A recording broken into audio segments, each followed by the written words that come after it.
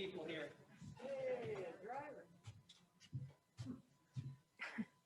All righty. All right, and we are now joined by our dual winner, Aric Almirola. Aric, we're gonna How are you? we're gonna jump right into questions for Aric. If you have one in the media center, you'll utilize the microphone in the back, and if you have one on Zoom, please raise your hand, and we will kick things off with Dustin Long. Go ahead. Thank you. Aric, if you can take me back to that last lap, especially when you're going into 3, you're leading, and how tough is it to defend when Logano's backing up to Bell to make that run? How does the leader stop that? And then kind of what happened from that point, from your point of view, please? Yeah, I knew Joey was going to come with a run, or I knew somebody was going to come with a run. I figured it would be Joey.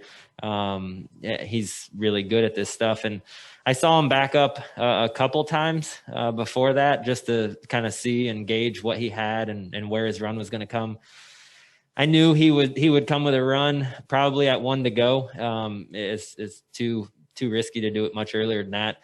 And I just knew that I wanted to try and move around before he started his run, to try and, mess up his run or get him off on thinking which way he was going to go. And I was able to do that to where I could at least get him going in a direction that I knew he was going to go opposite of me, rather than me guessing where he was going to go. So I felt like I did everything I could. I knew I wasn't going to be able to stop his run. I wasn't going to be able to just, blatantly block him.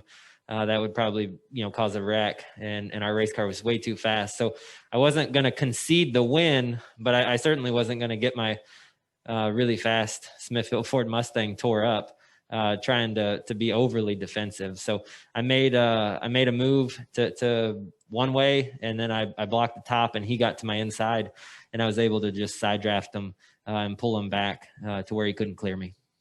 And then, did you essentially want him on the inside so you could do that side draft that was going to work better that way for you? Well, you never know. I was more committed to making sure that I made the first move. Like, I wanted to zig, so he had to zag, rather than just constantly holding a straight wheel and looking in my mirror and trying to figure out which way he was going to go. I felt like I was at least a little bit more on the offensive side, even though I was playing defense, by doing that. So it worked out today. Don't know that it would work out again another time. It's just this package with these rules.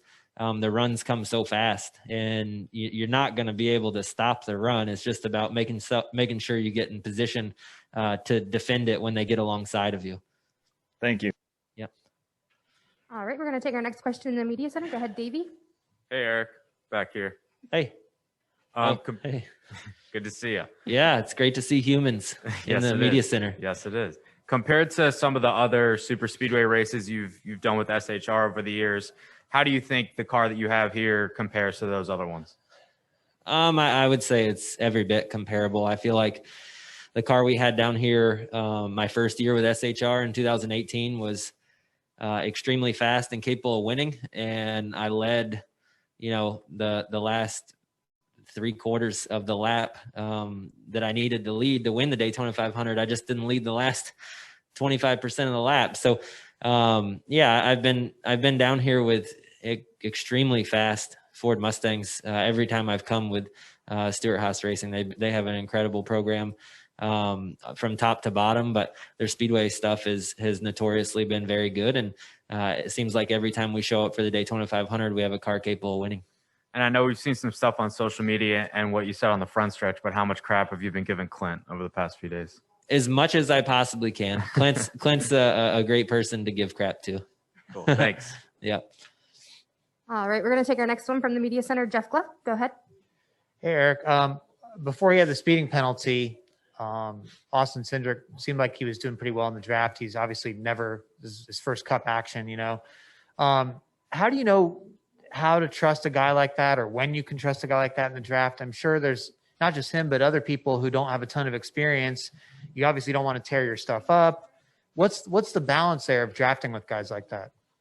It's hard, to trust a guy that doesn't have as much experience, especially in these cars. They draft a lot different than what the Xfinity cars do. So it is a different animal, so to speak. And You don't really want to get big pushes from those guys. And you want to be careful when you're giving them big pushes just because it's all new to them. But Austin is an incredible race car driver. Obviously he's a Xfinity champion, last year, and he's a very, very talented race car driver. So I'm sure, he got up to speed very quickly, and I'm sure, he'll figure it out really quick, and he'll be fine. Thank you. All right, we're going to take one more in the media center from Luis Torres. Go ahead. Hey, Eric, congrats on the win. Do you Thank feel you. like this time around, the Ford camp have a strong, legitimate chance to win the 500? I know the race is a give or take, but do you feel like you in particular, along with the Ford brand, have what it takes to get it done on Sunday? I do. I know that everybody in the Ford camp has been working incredibly hard, to get back, to victory lane at these speedway races, and particularly here, for the Daytona 500. It's a really big deal. It's a place that we all cherish, coming to and winning at. It means a really big deal, when you can put your car and your manufacturer in victory lane for the Daytona 500. So I know they've been working really hard, to do that, and giving us every resource we need, at Stewart Haas Racing to make sure that we bring fast race cars. And then on the engine side, Doug Yates, man, that guy loves speedway racing, and he builds great engines for everything we do, but he takes a lot of pride in coming to Daytona and trying to get that Harley J. Earl trophy. So, I've been to victory lane here with Doug, before in the summer race in July, and to see the emotion on his face. He was in victory lane with his wife and kids that day with us. And Daytona is just a special place. It means a lot to everybody. It's a really big deal for me, but I know it means a tremendous amount to Doug Yates, and he's been working really hard, and everybody at Roush Yates Engines has to make sure we have what we need to try and win on Sunday. Thank you. All right, and we're going to head to Zoom now. We'll take our next question from Mark Darrow. Go ahead, Mark. Thank you. Congratulations, Eric. Great drive. What does this do for Sunday as far as, building confidence, and what does it mean to win the duel, and how it sets you up for Sunday? Well, yeah, you said it. It just gives us a lot of confidence. We know we have a fast car. It drives really well. It handles well. It pushes. It gets pushed well. All of the things that are important to be successful at Daytona. So gives us just a tremendous amount of confidence going into the race on Sunday. But there's so much that can happen in this race that's out of your control. So I feel like so far we've done everything that we can do to maximize what we're in control of, and that's all we can do. And we'll do the same thing on Sunday. We'll execute. We'll have a really fast race car, obviously, after seeing how it performed tonight. And then we just got to do all the little things right on Sunday. We've got to, execute on pit road. We've got to have the right strategy, no mistakes, and then hope that you don't get caught up in somebody else's mess. Thank you. Good luck. Thank you. All right, we're going to take our next one from Dustin Albino. Go ahead, Dustin. Yeah, Eric, right off that, what type of statement does it make leading 52 of 60 laps? It's a big statement. It really is. That is hard to do at these speedway races, and most oftentimes when you're the leader, you are the sitting duck. It's hard to lead that many laps and win the race. Usually when you lead that many laps, everybody behind you figures out how to mount a charge, and you end up losing the race in the last lap. So I was glad that we were able to defend that run and make sure that we got our Smithfield Ford Mustang in victory lane, which is where it deserved to be after putting on that kind of a dominant performance. Thank you. Yep. Thanks, guys. All right, we'll take our next one from Jeff Magliochetti. Go ahead, Jeff. Thank you, Eric. Congratulations. We're slowly getting back to some form of normalcy, but we still don't have the right amount of practice and preparation, not as much time in the garage you'd have. Having said that, you guys were putting fast cars out there. So as we continue to social distance in NASCAR, how great does it make you feel that your number 10 team is out there putting cars like this together and putting together races like this where you're absolutely dominating at Daytona? It means a tremendous amount. The first thing that I think about is the guys and girls back at the shop. They've been navigating this pandemic for a long time at the shop now, almost going on a year, trying to figure out how to build race cars in shift work, and not having that cohesiveness and everybody on the shop floor all together at the same time. It's been really weird. And to see them adapt and continue to charge forward and figure out how to make more speed in our race cars week after week and over the off season, to come down here with such a fast race car for the Daytona 500, and for them to do that, under these really, really strange circumstances. It's been incredible to watch just their commitment to excellence, and their ways of adapting to the circumstances. And it's been a lot. It's great to have fans in the stands again. We raced a lot last year with no fans. So when I actually drove in this afternoon, seeing all the people pulling in to park to come watch the races tonight, it really almost gave me goosebumps and got me a little bit emotional, just knowing that we're going to have people in the stands cheering and watching and excited about our sport. It's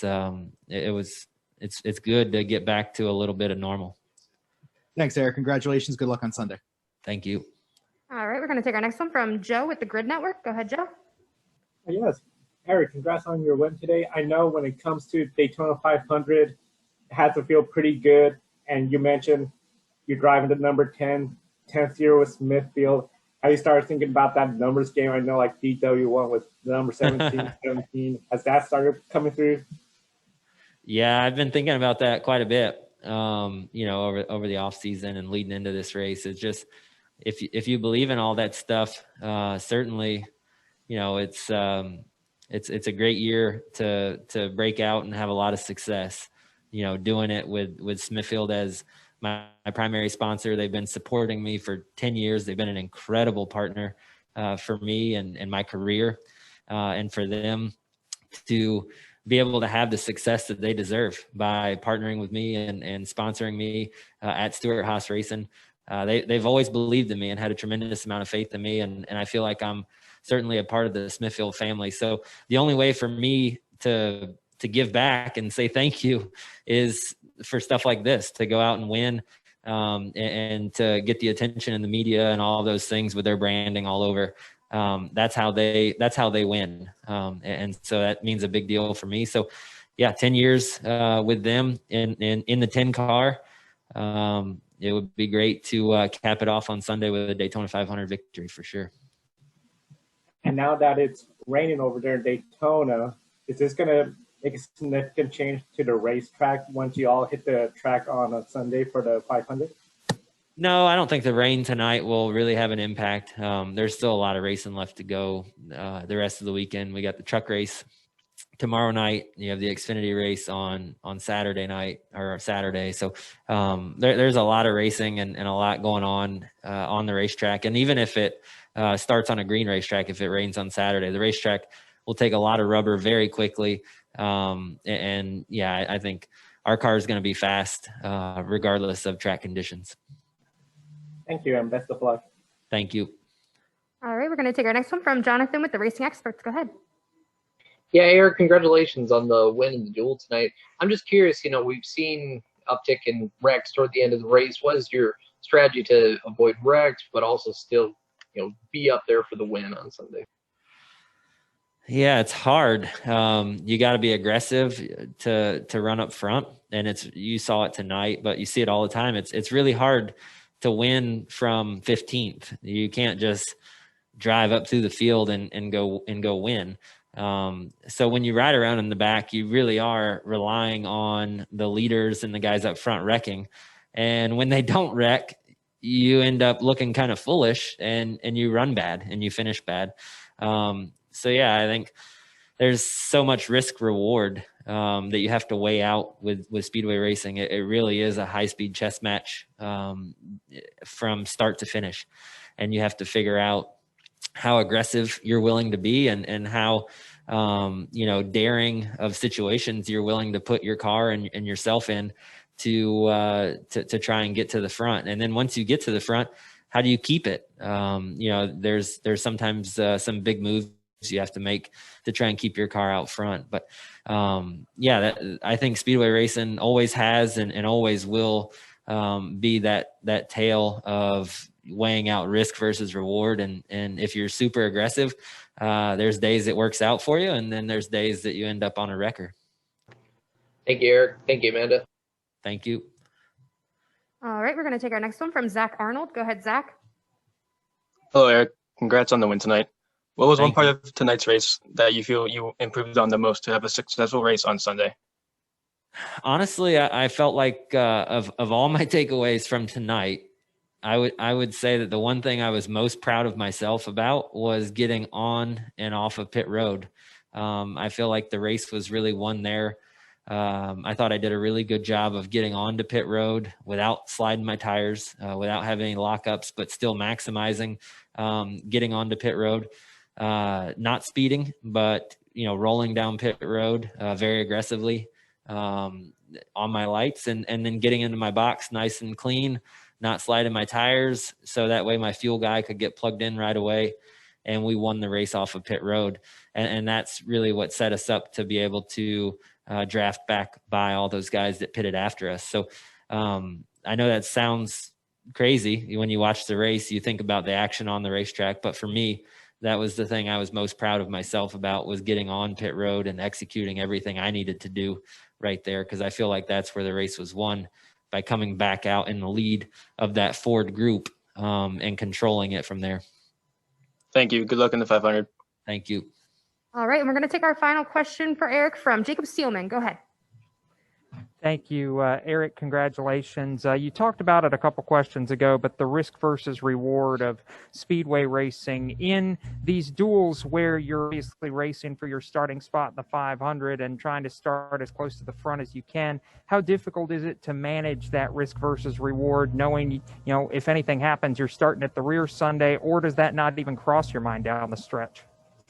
No, it's something you think about, but then, there's something that a lot of people overlook about the duels now is that it pays points. I mean, we just won 10 points. And when you think about the playoffs and you think about all the things, like when it comes down the stretch, 1 point matters. So, I mean, that's something that we think about. I know a lot of the fans and a lot of people don't think about that stuff, but it's a big deal. So you don't want to walk away from the duels and not have any points to show for it, especially with as fast of a race car as we had, because you don't know what can happen in the Daytona 500. You could get in a wreck early and leave here with minimal points. So scoring the win was, obviously great, and having a trophy and going to victory lane and all those things is the first thought. But the secondary thought to all of that is the fact that we just scored 10 points tonight. Thanks, Aric. All right, Aric. Well, thank you so much for taking the time to join us. Congratulations on the dual win and your Super Bowl win. Yes. And good luck in the 500. All right. Thanks, guys.